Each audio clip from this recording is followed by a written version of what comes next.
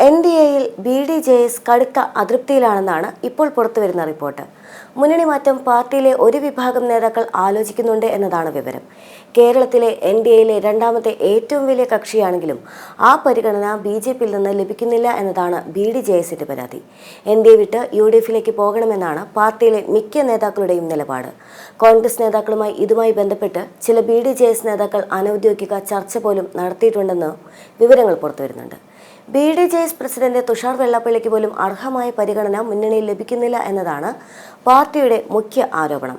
കഴിഞ്ഞ ലോക്സഭാ തെരഞ്ഞെടുപ്പിൽ ആലപ്പുഴ, ആറ്റിങ്ങൽ, തൃശൂർ എന്നിവിടങ്ങളിലെല്ലാം തന്നെ BJP സ്ഥാനാർത്ഥികൾക്ക് ഗണ്യമായ അളവിൽ വോട്ട് കൂടിയിരുന്നു. ഇതിന് കാരണം SNDP യോഗം സ്വീകരിച്ച നിലപാടാണ് എന്നതാണ് BDJS അവകാശപ്പെടുന്നത്. എന്നാൽ ആ പരിഗണന തങ്ങൾക്ക് ലഭിക്കുന്നില്ല എന്നതാണ് നേതാക്കളിൽ ചിലരുടെ പരാതി.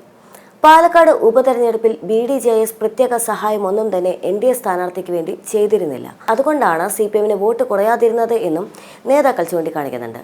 സംസ്ഥാനത്ത് NDA ദുർബലമാണ് എന്നും മുന്നണിയിൽ നേതൃയോഗം പോലും നടക്കുന്നില്ല എന്നും BDJS കുറ്റപ്പെടുത്തുന്നുണ്ട്. തദ്ദേശ തെരഞ്ഞെടുപ്പ് അടുത്തിരിക്കെ പ്രാദേശിക തലത്തിൽ മുന്നൊരുക്കമൊന്നും തന്നെ നടക്കുന്നില്ല. ഇതെല്ലാം പാർട്ടിയെ മുന്നണി മാറ്റത്തിന് പ്രേരിപ്പിക്കുന്നുണ്ട്.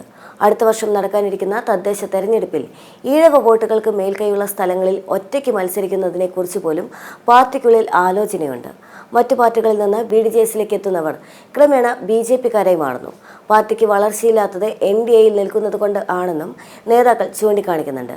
അടുത്തിടെ BDJS നേതൃയോഗം ചേർന്നിരുന്നു. ഇതിലാണ് മുന്നണി മാറ്റം വേണം എന്ന് ചില നേതാക്കൾ ആവശ്യമുയർത്തിയത്. എന്നാൽ ഈ യോഗത്തിൽ സ്ഥലത്തില്ലാതിരുന്നതിനാൽ തുഷാർ വെള്ളാപ്പള്ളി പങ്കെടുത്തിരുന്നുമില്ല. മുന്നണി മാറ്റം സംബന്ധിച്ച അന്തിമ തീരുമാനം തുഷാർ വെള്ളാപ്പള്ളിയുടേത് ആയിരിക്കുമെന്നും പ്രധാനമന്ത്രി നരേന്ദ്രമോദി, കേന്ദ്ര ആഭ്യന്തരമന്ത്രി അമിത്ഷാ എന്നിവരുമായി തുഷാറിന് നല്ല വ്യക്തിബന്ധമുണ്ട് എന്നും അതിനാൽ തന്നെ മുന്നണി മാറ്റത്തിൽ തുഷാർ വെള്ളാപ്പള്ളിയുടെ നിലപാട് ഒരുപക്ഷെ നിർണായകമാണ് എന്നുള്ള വിലയിരുത്തലുമുണ്ട്. SNDP യോഗം ജനറൽ സെക്രട്ടറിയായ വെള്ളാപ്പള്ളി നടേശന് മുന്നണി മാറ്റത്തിന് പ്രത്യേകമായ എതിർപ്പില്ല എന്നതാണ് നിലവിലെ സൂചന. എന്നാൽ അതേസമയം BDJS മുന്നണിയിലേക്ക് വരുന്നതിനെ കോൺഗ്രസിലെ ചില നേതാക്കൾക്കും താല്പര്യക്കുറവുണ്ട്. കേരള കോൺഗ്രസ് മാണി വിഭാഗം UDF വിട്ടതിനാൽ BDJSന് ഒപ്പം വരുന്നത് മധ്യ തിരുവിതാംകൂറിൽ ഗുണം ചെയ്തേക്കുമെന്നാണ് വിലയിരുത്തൽ. രമേശ് ചെന്നിത്തലയാണ് കോൺഗ്രസിനെ നയിക്കുന്നതെങ്കിൽ കൂടുതൽ സന്തോഷം എന്ന നിലയിലാണ് BDJS നേതാക്കളുടെ പ്രതികരണം. അടുത്തിടെ വെള്ളാപ്പള്ളി നടേശനും രമേശ് ചെന്നിത്തലയെ പിന്തുണച്ചുകൊണ്ട് രംഗത്തെത്തിയിരുന്നു. കോൺഗ്രസിൽ നിന്ന് മുഖ്യമന്ത്രിയാകാൻ പ്രതിപക്ഷ നേതാവ് VD സതീശനേക്കാൾ യോഗ്യൻ രമേശ് ചെന്നിത്തലയാണ് എന്നതായിരുന്നു കഴിഞ്ഞ ദിവസം വെള്ളാപ്പള്ളി പറഞ്ഞിട്ടുണ്ടായിരുന്നത്. BDJS കൂടി UDFനൊപ്പം ചേർന്ന് കഴിഞ്ഞാൽ UDFന് മതവിഭാഗങ്ങളുടെ, അതായത് സാമുദായിക വോട്ടുകളുടെ പിന്തുണ വർദ്ധിക്കും. കഴിഞ്ഞ ദിവസം രമേശ് ചെന്നിത്തലയ്ക്ക് പിന്തുണയുമായി NSSും അതിന് പിന്നാലെ തന്നെ SNDPയും അതിന് പിന്നാലെ തന്നെ ഇപ്പോൾ BDJSും കൂടി രംഗത്തെത്തുന്ന സാഹചര്യത്തിൽ UDFനെ സംബന്ധിച്ച് UDFന്റെ അടിത്തറ ഭദ്രമാകുകയാണ്. മാത്രമല്ല VD സതീശന് ലഭിച്ച മാരമൻ കൺവെൻഷനിലേക്കുള്ള ക്ഷണമെല്ലാം തന്നെ ഒരു ക്രൈസ്തവ ബന്ധം ഊട്ടിയുറപ്പിക്കുന്നതിന് സഹായകമാകുന്നുണ്ട്. അതായത് ഹൈന്ദവ വോട്ടുകളെയും ക്രൈസ്തവ വോട്ടുകളെയും സ്വരൂപിക്കാനായിട്ട് UDFന് ഇപ്പോൾ സാധിക്കുന്നുണ്ട്. UDFന് അകത്തെ പ്രശ്നങ്ങൾ മാറ്റി നിർത്തിക്കഴിഞ്ഞാൽ, നേതാക്കൾ തമ്മിലുള്ള പോർവിളികൾ മാറ്റിക്കഴിഞ്ഞാൽ UDFനെ സംബന്ധിച്ച് മത സാമുദായിക വോട്ടുകളെല്ലാം തന്നെ ഒരു പിന്തുണ നൽകി കഴിഞ്ഞു. മാത്രമല്ല കഴിഞ്ഞ തെരഞ്ഞെടുപ്പുമായി ബന്ധപ്പെട്ടുകൊണ്ട് UDFനെതിരെ വലിയ ആക്ഷേപം ഉയർന്നിട്ടുണ്ടായിരുന്നത് SDPI, PFI വോട്ടുകളെല്ലാം തന്നെ UDFന് കിട്ടി, വെൽഫെയറിന്റെ പിന്തുണ UDFന് ഉണ്ടായിരുന്നു എന്നുള്ളതാണ്.